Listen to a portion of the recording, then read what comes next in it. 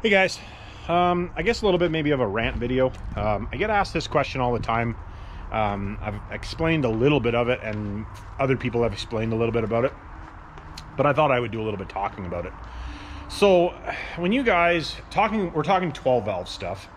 If you're running a first or a second gen Dodge truck and you want to run a bunch of power and tow, the two of them don't really go together. So if you want to make a truck and you want to keep it at that horsepower level, we're not talking about turning the truck up and down with whatever way you want to turn it up and down. Just leaving it at a set horsepower, which is basically the 12 valve kind of was done. You can turn it up and down with different things, I realize that. But just so that we can have this conversation, because I do get asked this quite a bit. Everybody wants 500 horsepower, 600 horsepower, 700 horsepower, but they want to tow their 10,000 pound boat or their 5,000 pound boat, or it doesn't have to be a boat, trailer, whatever. So what I wanted to talk about was the efficiency of the system. So if you're talking a first gen, which is worse than a second gen, the system in a second gen is better efficiency wise than a first gen. I don't have a rad for a first gen here. Excuse my nose running because I had to go get my eye ground on some more today. But so if you take the rad in a second gen, now this one is crazy dirty, but if you take the rad out of a second gen, which is that one right there, this rad, an aluminum rad in good shape, not all of them are aluminum, the early ones were copper bronze, but if you take this rad in perfect shape, no contaminants, no loaded up with crap like this, that's the reason this one is like that, or we have it out, we replace the rad because this is what the rad guy was having, an overheating issue. This will give you an overheating issue, obviously. If you don't, clutch fan and all that stuff is in good shape. If your clutch fan is good, your rad is good, your AC condenser isn't all folded over, and the system is working efficiently, you can realistically tow all day long, keep your engine temperature in check, oil temperatures in check. We're not talking EGTs, just engine temperature. You can run 350 to, oh, there's one right there. You can run 350 horsepower, probably maybe 375, depending on where you are. And it depends if you're pulling big hills. If you're not pulling big hills, you can run a little bit more power. But just, we're talking like if you're pulling heavy and you got to pull some hills, you can't sustain more than 350 horsepower. Now, let's say 350 horsepower just for a round number. Now, this, of course, this rad is buried in the scrap because it's no good. I don't know if I can, let me try to get it out of there. No, it won't come out of there. Stuck. Let me go over here in a pile and see if we got something in the pile over here. Talking third gen rad. Back 40 here. Don't mind my weeds. If I have one back here or not. Everything is completely distraught back here, but oh yeah, there is one. Perfect. I get it, I would kill myself.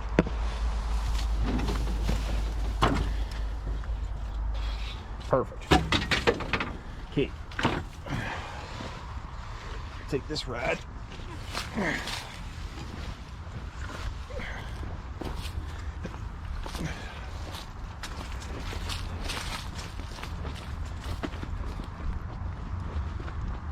Because guys want to know, well, my buddy with a third gen or my buddy with a fourth gen can run more power.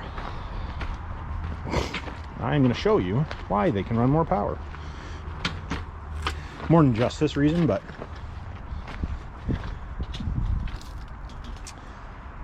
that is the rad out of a third gen, second gen.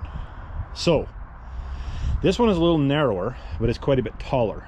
So you're like 25% more rad, not more cooling, more rad. So now if you go to an upgrade rad, Mishimoto makes one. I don't know, I think there's a couple different companies, but Mishimoto makes one. You can get a little bit more efficiency out of the rad. The issue at that point is now your engine cooling temperature will stay in check, but your oil temperature won't stay in check up until 375, maybe 400 horsepower. No, now you need to have an oil cooler. You take the 3rd gen, which the system in a 3rd gen, anything common rail, is a more efficient system in general, because it deals with the heat more efficiently. Not just the engine temperature part of it, but the control of the heat is more efficient in a common rail than in a single event mechanical engine. Just bring that rat in so it's not sitting outside. So that's what I wanted to talk about.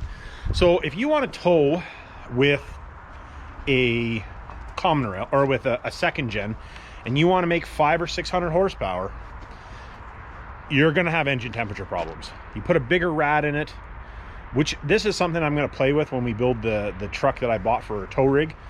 We're going to play with this. So we're going to put a bigger rad in it. We're going to put a bigger intercooler in it. I shouldn't say a better intercooler in it, a better rad in it, an engine oil cooler, a better, and probably free up some of the system, the way that the system works. And I want to see if I can take a 500 horse truck and use all 500 horse. So you can go like this, my truck, that truck right there. You guys have seen that truck on the channel before. That truck makes between 600 and 750, depends how I have it tuned. And I tow with this truck. You can tow with it. But if you're pulling up a hill and you think that you're going to rocket up that hill wide open throttle, by the time you get to the hill, top of the hill, the engine temperature is overheating. You're overheating. So your engine temperature, your oil engine temperature, so your coolant temperature and your oil temperature is going to be screaming hot. And that's when you wreck shit. You lose oil film, so you have bearing issues. You lose oil strength, so you have piston issues. Your pistons get too hot because your pistons expand in the bores too much. The cylinder can't because the aluminum expands more than the cast iron. You'll have issues. So that being said, I am going to do some stuff on it. I know I want to do all kinds of stuff. It's just that, you know, I only have so much time.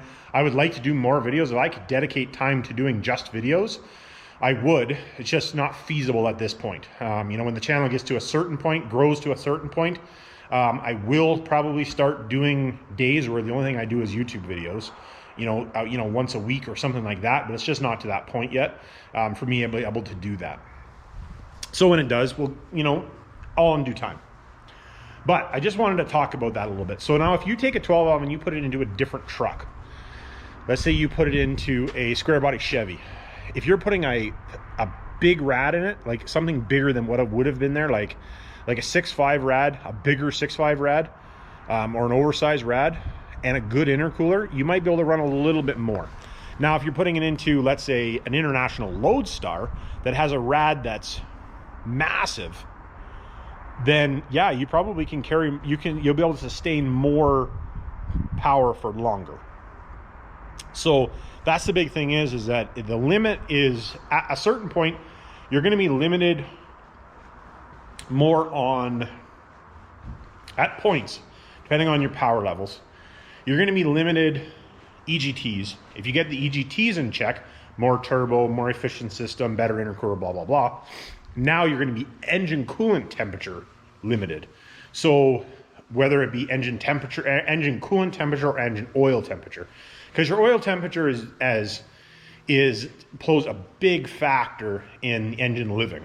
If you get your oil temperature too hot, you'll kill the engine, even if your coolant temperature doesn't get too hot. If the system can't cool that oil fast enough, then you will have problems. So nonetheless, like I said, I wanted to talk about that a little bit because I get that question all the time. And yes, can you make 600 horsepower? Can you make 700 horsepower in tow? Absolutely. I do it in my truck. But you can't use all the power. So if you're building a truck to tow with, what's the point of having a smoky mess that makes 750 horsepower that the only thing you do is tow with it? It doesn't make sense. So if the truck makes, let's say, 350 horsepower, and you can use all the power, it's not a smoky mess, it drives nice, it starts nice, wouldn't you rather have that if you're using it only for towing? And if you have a second gen that makes 350, 400 horsepower, that truck works pretty good. Like it's not a slouch by any stretch. Like you figure a brand new truck, let's say you would take a brand new 5th gen Dodge truck, what are they, 375 horsepower at the flywheel, not the wheels. I'm talking wheel horsepower, not flywheel horsepower.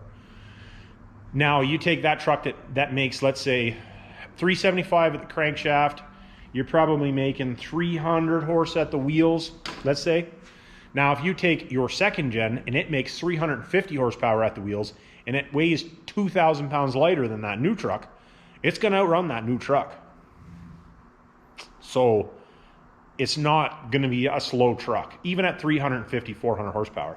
That's the thing is that most guys, I know everybody wants more power, and don't get me wrong, I'm the same way. Most guys don't want a 600-700 horsepower 12 valve. They're not really nice to drive. You have to have decent sized turbo or turbos. You know, they do have an idle haze. You know, there is that type of stuff. And if you're fine with that, absolutely. You know, follow, like I'm going to do a bunch of testing on a bunch of stuff. We're going to do engine oil coolers and different rads and all that stuff when I get to it. Obviously, I can only do so much.